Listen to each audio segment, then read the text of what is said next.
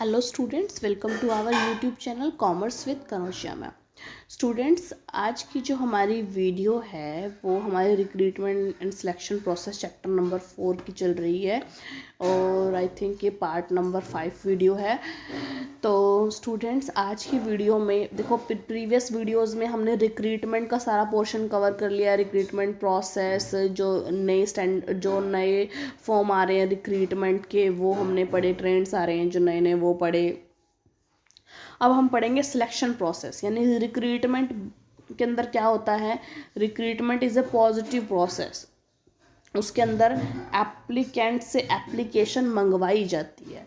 और selection is a negative process. इसके अंदर से सारी जो एप्लीकेशंस होती हैं उनको कलेक्ट करके उनमें से छांटते हैं हम कि जो पर्सन हमारी जो हमारे हमने जो पॉलिसी बनाई हुई है, जितनी हमें क्वालिफ़िकेशन चाहिए, कितनी हमें स्किल्स चाहिए, उस पर खरे उतरते हैं, उनको हम चूज़ कर लेते हैं और रेस्ट ऑफ को मना कर देते हैं, है ना।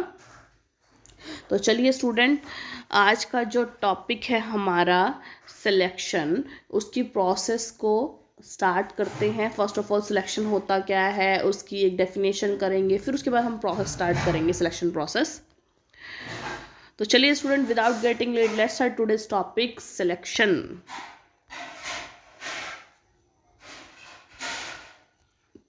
मम्मी खड़पड़ मत करो। हाँ जी। Introduction. After recruitment of the candidate, selection of suitable employees is made. Recruitment के बाद सिलेक्शन होता है। Recruitment is a positive process. Under it more and more candidates are motivated to apply for the jobs, declare vacancy, but selection is a negative process. ये हमने बात कर ली है. It aims at weeding out the applicants in such a manner that only capable ones are selected. इस तरीके से उन्हें छांटना है कि सिर्फ जो कैपेबल जो वंस हैं वो उसको हम सेलेक्ट करें. Selection is a discriminatory process wherein suitable applicants are provided employment and unsuitable applicants are rejected. तो selection एक discriminatory process है जिसके अंदर suitable applicants को तो हम employment provide करते हैं और जो unsuitable होंगे उनको reject कर देते हैं. In the words of Dale Yoder, एक definition कर लेते हैं. In the words of Dale Yoder, selection is the process in which candidates for employments are divided into two classes. इसमें कैंडिडेट को हम दो क्लास में डिवाइड करते हैं, जिसमें एक क्लास को तो जो एम्प्लॉयमेंट ऑफर की जाती है और दूसरे को नहीं की जाती, यानी एक को तो हम एक्सेप्ट कर लेते हैं और एक की एप्लीकेशंस को रिजेक्ट कर देते हैं. दो ग्रुप बन गई. एक जो ग्रुप वाले होंगे उनकी जो एप्लीकेशन है एक्सेप्ट हो जाएगी और दूसरे ग्रुप की रिजेक्ट हो जाएगी. ठीक है, आगे.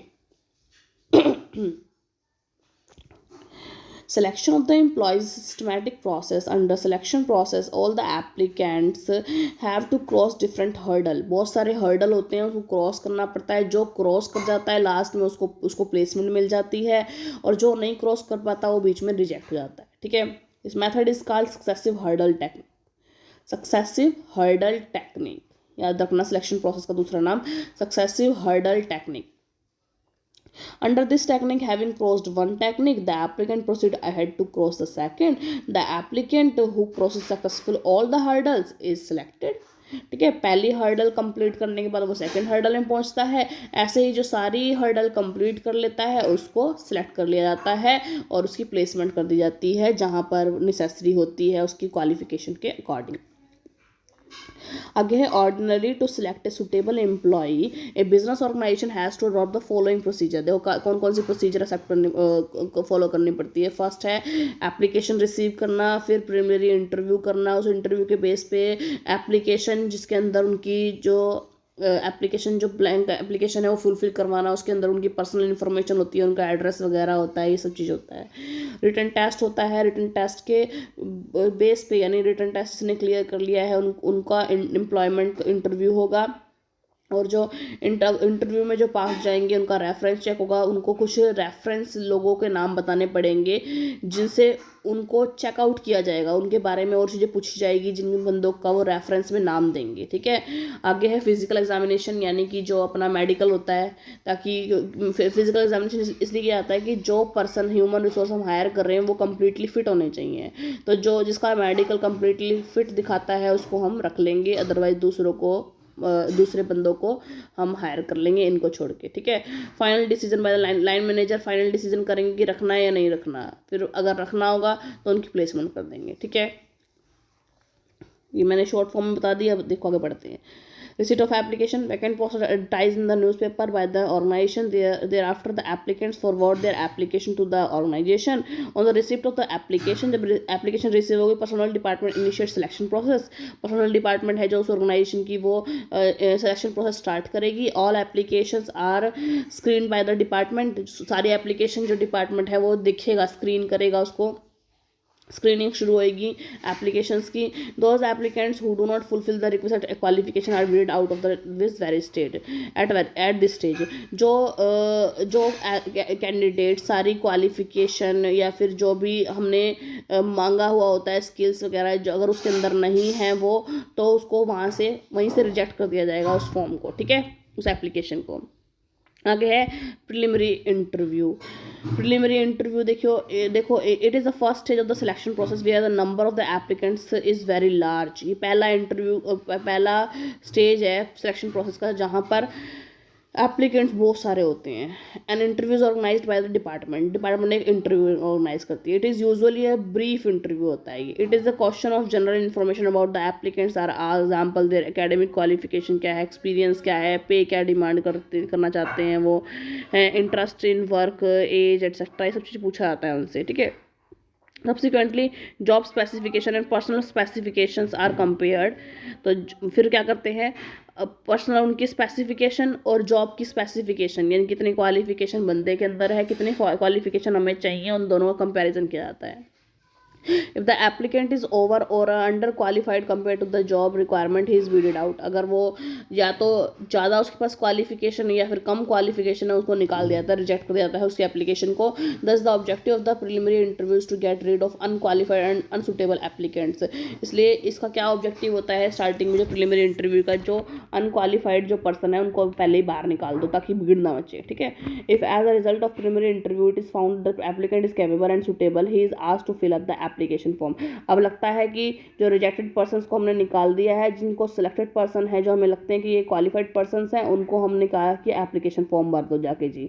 तो हम जाएंगे उसके अकाउंट डिपार्टमेंट के अंदर, वहाँ जाके उनकी क्या करेंगे, एप्लीकेशन फॉर्म भरेंगे. एप्लीकेशन फॉर्म में क्या होता है, हमारी पर्सनल इन्फॉर्मेशन होती है, हम कहाँ से बिलोंग करते हैं, हम वो हमारे जो हमारा नाम वगैरह क्या है, ये चीज़ आती हैं. तो एप्लीकेशन ब्लैंक में देखो क्या होता है, इन्फॉर्मेशन होती है, पर्सनल इन्फॉर्मेशन होती है, एजुकेशन कितनी है, वर्क एक्सपीरियंस कितना है, हेल्थ के बारे में, रेफरेंस के बारे में, मिनिमम वेज एक्सेप्टेबल कितना है आपको, कितना इनकम चाहते हो आप हमसे, साइकोलॉजिकल फैक्टर क्या क्या है, अदर इन्फॉर्मेशन हम इसके अंदर पूछते हैं, ठीक है.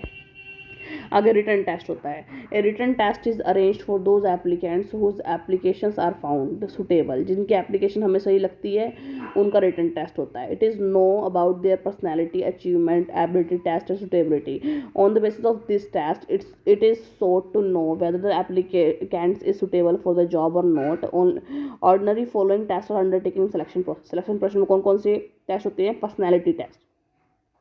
First, these tests are meant to have a peep into the self-confidence, optimism, capacity to take decisions, social life and nature of the applicant. ये सब चीज़ें पता चलता है कि कितना कॉन्फिडेंस है उस बंदे के अंदर, कितना वो ऑप्टिमाइज है वो पर्सन, और कितनी सोशल लाइफ कैसी है उसकी, और नेचर कैसा है इसका पता चलता है इससे. On the basis of this test one comes to know whether the applicant has a healthy personality और नॉट. पता चल जाता है हमें कि हेल्दी पर्सनैलिटी है, सबके साथ घुलने मिलने वाला है, चल जाएगा टीम में, अगर काम करवाएं तो कर लेगा या नहीं कर लेगा, इस तरीके से हम देखते हैं. आगे achievement test. It is also called efficiency test. कितनी एफिशिएंट वो पर्सन है. It is conducted in those cases where efficiency and skill of the person concern matter the most. ये उन केसेस में किया जाता है ये वाला टेस्ट जिसमें ना पर्सन की एफिशिएंसी और स्किल्स ना बहुत इंपॉर्टेंट होते हैं. For example a candidate for the post of stenographer may be asked to take the test of the type and shorthand and a candidate for the job of truck driver may be called upon taking driving test. देखो जैसे कि achievement test, एक stenographer का test हो रहा है तो उसको अचीवमेंट टेस्ट देना पड़ेगा कि उसकी स्पीड क्या है. एक ट्रक ड्राइवर का अगर टेस्ट हो रहा है तो उसको ड्राइविंग टेस्ट करवाना पड़ेगा, किस तरीके से ये ड्राइव करता है, ठीक है। ये अचीवमेंट टेस्ट है कि इसके अंदर वो स्किल्स हैं या नहीं जो हमें चाहिए। अगर intelligence test, this test is conducted test the mental ability of the candidate, कितना दिमाग है उसके अंदर, ठीक है। Interest test, this test is mean to how interest in and liking और disliking of the work on the part of the candidate, कि वो किस तरीके से अपनी जो इंटरेस्ट दिखाता है, हमारा जो हमने काम दिया है उसको इंटरेस्ट से करेगा या नहीं करेगा, इस तरीके से इंटरेस्ट टेस्ट किया जाता है। Aptitude test, this test is main to find out whether the candidate possess the ability to learn the job, कि भाई अगर जॉब में कुछ नया सिखाया जाए ट्रेनिंग के थ्रू, आपको उसमें इंटरेस्ट होगा या नहीं होगा, आपका एप्टीट्यूड टेस्ट किया जाता है इसके लिए। आगे है एम्प्लॉयमेंट इंटरव्यू। अगर आप रिटन टेस्ट पास कर लेते हैं तो आपका एम्प्लॉयमेंट इंटरव्यू किया जाता है। Like those candidates who qualify the written test are called for interview. Interview is an important part of the selection process. It is that method of the selection by which the sense of responsibility, conduct and other qualities of the applicants are found out. ये ऐसा method है जिसके अंदर हमें responsibility में कितना responsible है वो पर्सन ये पता चल जाता है, ठीक है, और कितनी क्वालिटीज़ है उस एप्लीकेंट के अंदर वो पता चलती है। Interviews aims at knowing such information about the candidates as could not be known through application blank और रिटन टेस्ट। इंटरव्यू वो सारी एबिलिटीज़ को देखने के लिए किया जाता है जो सब हम जो एप्लीकेशन फॉर्म और जो रिटन टेस्ट है उसके थ्रू नहीं देख पाए, यानी सामने से बंदा कैसे अपनी बात को रखता है, कैसे किसी की बात सुनता है, कितनी एबिलिटी है उसमें, कितना सेल्फ कॉन्फिडेंस है, वो सब चीज़ देखने के लिए एम्प्लॉयमेंट इंटरव्यू किया जाता है। An interview board is constituted for the purpose, एक इंटरव्यू बोर्ड इसके लिए बनाया जाता है। By means of interview selection officer और the board can come to know fully about the capability of the applicant. Interview के बाद ही पता चलता है कि ये पर्सन हमारी जो वैकेंट पोजीशन है उसके लिए कैपेबल है या नहीं है। So, in the words of Alford and Beatty, the employment interview is for the purpose of determining the suitability of the applicant for the job and of the job for the applicant, कि वो suitable है वो person जो हमारी job के vacant job है उसके लिए सुटेबल है या वो पर्सन या नहीं है, उसके लिए क्या किया जाता है, इंटरव्यू किया जाता है, उसका एम्प्लॉयमेंट इंटरव्यू किया जाता है। आगे रेफरेंस चेक होगा। All applicants are asked in the application form to give the names and address of the 2 और मोर रेफरेंस हु नो। देखो एप्लीकेशन फॉर्म के अंदर ना उनको रेफरेंस का नाम देना पड़ता है, 2 बंदों का नाम देना पड़ता है रेफरेंस के रूप में, उनका एड्रेस लिखना पड़ता है, उनका फ़ोन नंबर लिखना पड़ता है। वो क्यों लिखना पड़ता है, फिर बाद में अगर वो बंदा सिलेक्शन प्रोसेस में अगर पास हो रहा होता है ना तो उन रेफरेंस नंबर पर कॉल करके उनसे उस बंदे के बारे में जानकारी ली जाती है कि ये बंदा किस तरीके का है, कैसा पर्सन है, ठीक है। आगे है फिजिकल एग्जामिनेशन। देखो हम हर एम्प्लॉयर ये चाहता है कि जो एम्प्लॉय वो अपॉइंट करे वो प्रॉपर जो है फिजिकली फिट हो, ठीक है। तो फिजिकली फिट देखने के लिए हम क्या करते हैं, उनका मेडिकल मांगते हैं। Nature of certain jobs is such that to carry them out, a person must possess sufficient strength and capacity. Physical examination testifies whether the person concerned has the necessary capacity to do the job or not. Medical के कई सारी job ऐसी होती है जिसमें ना बंदा physically fit होगा तभी वो उस काम को कर सकता है, तो इसलिए उसमें क्या आता है, मेडिकल मांगा जाता है कि तब हम देख लेते हैं कि ये पर्सन अगर फिजिकली फिट है तो ये हमारा काम कर पाएगा। अगर ये फिजिकली फिट नहीं है, बीच में कुछ बीमार होता है तो हमारा काम तरीके से और फ्लोली चल नहीं पाएगा। इसलिए हम पहले ही मेडिकल करवा लेते हैं कि बंदे में कोई प्रॉब्लम ना हो, वो कोई डेफिशिएंसी ना हो और वो फिजिकली फिट रहे, ठीक है, ताकि हमारा काम फ्लोली चलता रहे, ठीक है। और अगर देखो जो physical exam may be conducted by the medical officer of the organisation itself और by any other doctor approved by the organisation. और जो ये मेडिकल है या तो मेडिकल जो है ऑर्गेनाइजेशन के द्वारा, मेडिकल ऑफिसर उनके खुद के द्वारा किया जाता है, या फिर कोई डॉक्टर कंसर्न को वो लिख देते हैं, ऑर्गेनाइजेशन जो है अप्रूव करती है भाई इसी डॉक्टर के थ्रू हमें जो है आपका मेडिकल चाहिए, तो उस डॉक्टर के पास जाके आपको मेडिकल करवाना पड़ेगा और वो मेडिकल आपको दिखाना पड़ेगा, ठीक है। आगे है final decision by the line manager. जो लाइन मैनेजर अब फाइनल डिसीजन देगा आपको किसके रिगार्डिंग, आपके एम्प्लॉयमेंट अगर आपको रखना है या नहीं रखना उसके regarding. Those applicants who cross all hurdles are refer to the line manager for approval. जो एप्लीकेंट्स हैं वो जिन्होंने सारे हर्डल्स कंप्लीट कर लिए हैं, क्रॉस करके आ गए हैं वो इस स्टेज तक, उनको लाइन मैनेजर के पास अप्रूवल के लिए भेजा जाएगा। Final decision in respect of selection vest with the line manager because the applicant has to work under him. Final decision जो होगा लाइन मैनेजर करेगा, क्योंकि जो भी एप्लीकेंट्स हैं वो इसके अंडर काम करेंगे। ठीक है, आगे देखिए placement. Suitable applicant is put to work after selection process के बाद जो सुटेबल एप्लीकेंट जिसको हमने चूज़ किया है उसको सिलेक्शन के लिए हम उसको काम पे रख देंगे। पुट वर्क आफ्टर, जहाँ पर उसको सुटेबल लगता है उस जगह वहाँ पर उसको भेज देंगे। The process of putting to work is called placement. मतलब काम पे रखना, इसको क्या कहते हैं, placement. Placement of right man at right job implies low rate of labour turnover. सही जगह पे सही लोग को रखना, ये क्या कराता है, इससे क्या होता है, लेबर टर्नओवर रेट, यानी लेबर जब छोड़ के चले जाते हैं हमारी ऑर्गेनाइजेशन को, वो लेबर टर्नओवर रेट कम हो जाती है। लेस एब्सेंटिज्म, कम छुट्टी लेते हैं labour, and low rate of accidents कम होते हैं। It boots the morale of the employ, ये एम्प्लॉयज़ के मोराल को इंक्रीज़ करता है। तो ये हमारी हो गई सिलेक्शन प्रोसेस, जिसके अंदर हमने कई हर्डल्स को कंप्लीट किया, क्रॉस किया, और फिर उसके बाद हम प्लेसमेंट तक पहुँचे। ठीक है, आगे है बैरियर्स टू इफेक्टिव सिलेक्शन। एक सिलेक्शन प्रोसेस प्रक्रिया में कौन कौन सी बाधाएं आती हैं। फर्स्ट है परसेप्शन। देखिए, every person in this world perceive the words around him in different way. Her person ना अपने चारों तरफ के एनवायरनमेंट को अलग अलग तरीके से समझता है और परसीव करता है। ठीक है, this is because every person is different from another in his mental, emotional and psychological makeup. कि हर पर्सन की सोच अलग होती है, चाहे वो मेंटल सोच हो, इमोशनल क्राइटेरिया हो उसका सोचने का, साइकोलॉजिकल उसकी जैसा भी सोचता है, वो सब कुछ अलग अलग होता है हर बंदे का। This has its effects while selecting the right candidate for the job. The abilities of the same candidate may be perceived differently by two different interviewers. The limited perceptual ability of every individual is a constant in the objective selection of the candidates. तो perception हर बंदे की अलग अलग हो सकती है। मान लो 4 बंदे बिठाए हुए हमने इंटरव्यू के लिए, चारों की परसेप्शन एक कैंडिडेट्स को लेकर अलग अलग होगी। वो एक सोचेगा कि नहीं इसके अंदर ये स्किल नहीं है, दूसरा सोचेगा इसके अंदर ये स्किल है, उसके तीसरा सोचेगा नहीं इसके अंदर ये 2 स्किल तो है लेकिन ये नहीं है। ठीक है, तो हर बंदे का सोचने का नज़रिया अलग होता है। तो परसेप्शन जो है वो इफेक्टिव सिलेक्शन प्रोसेस के अंदर एक हर्डल क्रिएट करता है। Fairness.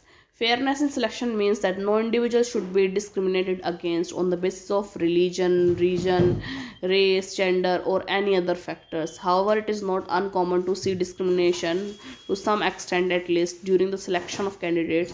It is commonly said that a glass ceiling exists for women while rising above the corporate ladder in the organization. देखिए, फेयरनेस होनी चाहिए।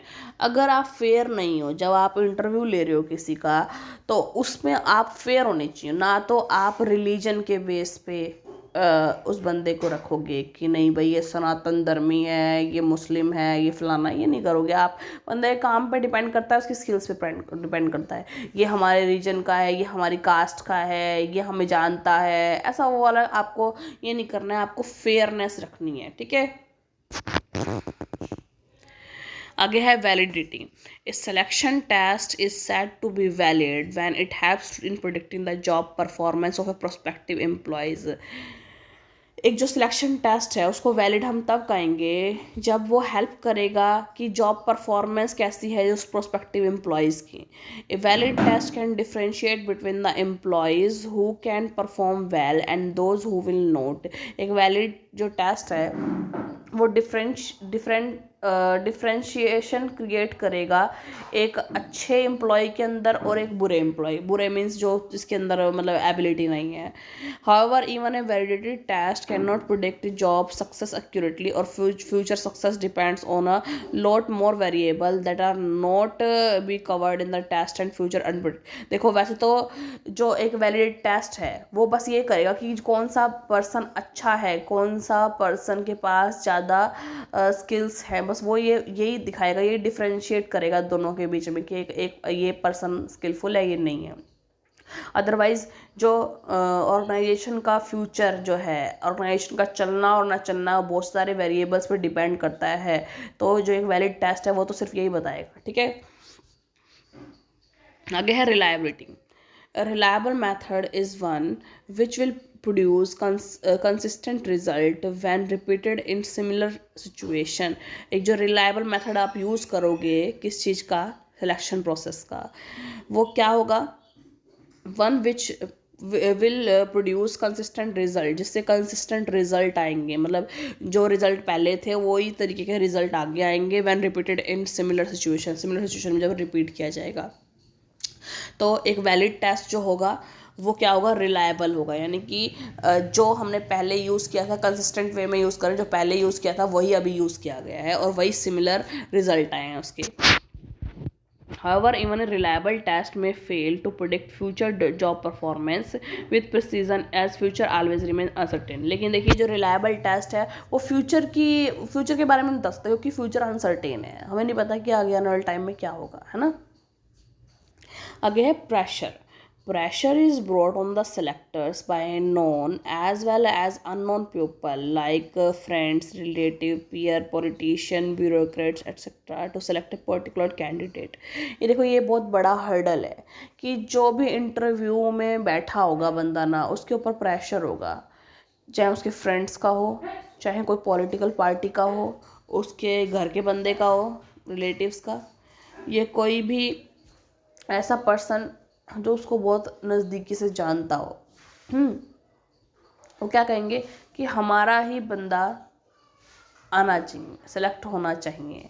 उससे क्या होगा, तो वो बंदा अभी प्रेशर में है, ठीक है, कि भाई ये बंदा हमें क्या कर रहा है, ये हमारा रिलेटिव है या रिलेटिव ने बोला है इसको करना है, इसको लेना है, तो उसको प्रेशराइज हो जाएगा। तो वो क्या करेगा, और चीज़ें ध्यान में नहीं देगा, वो क्वालिटी नहीं देखेगा, स्किल नहीं देखेगा, उसे बस ये देख रहा है कि मेरे रिलेटिव्स ने मेरे को ये प्रेशर दिया था कि इस बंदे को हायर करना है तो मुझे वो हायर करना पड़ेगा। इससे क्या होगा, सिलेक्शन प्रोसेस में बैरियर क्रिएट होगा, ठीक है।